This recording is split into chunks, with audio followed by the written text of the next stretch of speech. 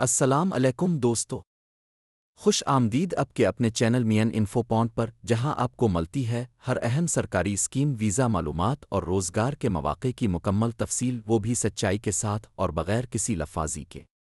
آج کی ویڈیو خاص طور پر ان پاکستانیوں کے لیے ہے جو ملیشیا جانے کے خواہش مند ہیں۔ جی ہاں، ملیشیا ایک ایسا ملک ہے جو نہ صرف خوبصورتی بلکہ اپنی سستی اور دوستانہ سیاحت کے لیے بھی مشہور ہے۔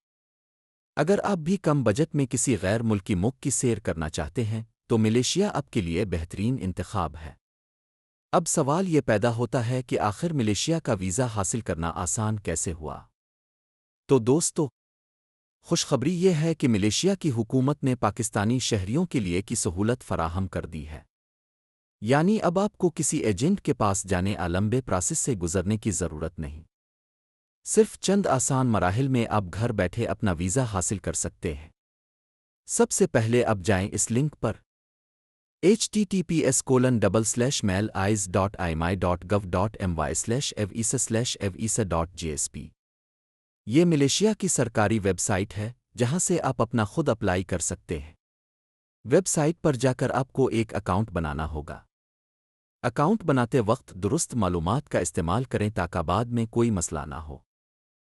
فارم مکمل کرنے کے بعد آپ کو چند ضروری دستاویزات اپلوڈ کرنی ہوں گی، جیسے پاسپورٹ کی اسکین کاپی جو کم از کم 6 ماہ کے لیے کارآمد ہو، حالیہ پاسپورٹ سائز تصویر سفید بیک گراؤنڈ میں، فلائٹ اور ہوٹل کی بکنگ، شناختی کارڈ یا کوئی اور متعلقہ دستاویز اگر ضرورت ہو۔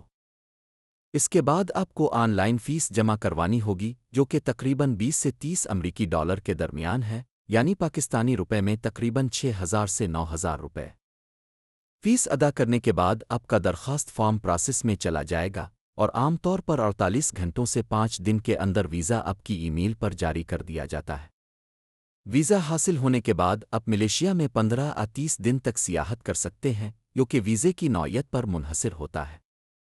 یہ ویزا عام طور پر سنگل انٹری ہوتا ہے، یعنی آپ ایک بار جا کر واپس آ سکتے ہیں۔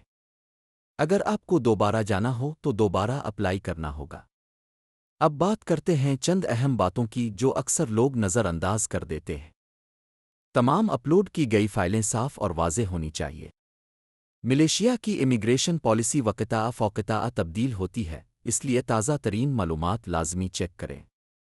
اگر آپ خود اپلائی نہیں کر سکتے تو قابل اعتماد ایجنٹ سے بھی مدد لی جا سکتی ہے۔ ویزا ملنے کے بعد فلائٹ اور ہوٹل کی کنفرمیشن دوبارہ چیک کریں تاکہ کوئی پریشانی نہ ہو۔